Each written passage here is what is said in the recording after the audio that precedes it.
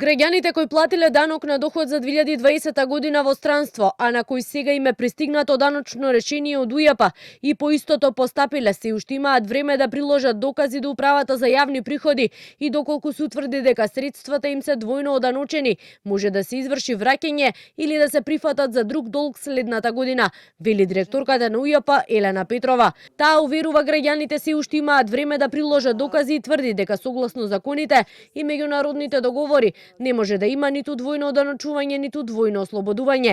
Во однос на најавите од граѓани дека ќе превземат чекори и ќе ги оспорат случаите пред управниот суд, Петрова вели тоа е законско право и уште еднаш повтори дека нивната активност не била брза и ненадејна, туку само спроведување на законот. Ние ќе им овозможиме на граѓаните и дополнително да поднесат докази, значи еве во овој период за граѓаните кои што го платиле данокот во странство и сега постапиле и платиле по даночните решенија, секако дека ќе бидат земени во предвид сите докази, доколку е возможно, значи платениот данок во странство да се прифати како даночен кредит, уплатата што е извршена овде ќе може да се изврши враќање или да се прифати за друг долг за следна година на соодветното лице.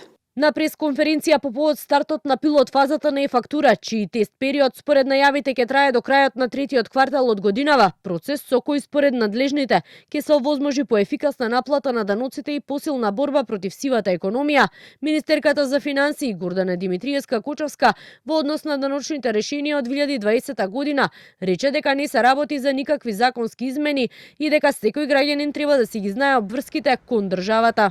Ние ниеден закон не сменивме до сега. Ниту еден.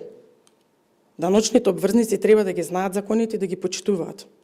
Кога станува збор за потврдите за остварување на доход во странство, секој од нас треба да знае дека кога го остварува доходот во странство, во исто време треба да обезбеди потврда. Инаку од 11.000 граѓани данок за 2020 година бил утврден кај 6.600. За останатите било констатирано дека доходот не подлежи на оданочување.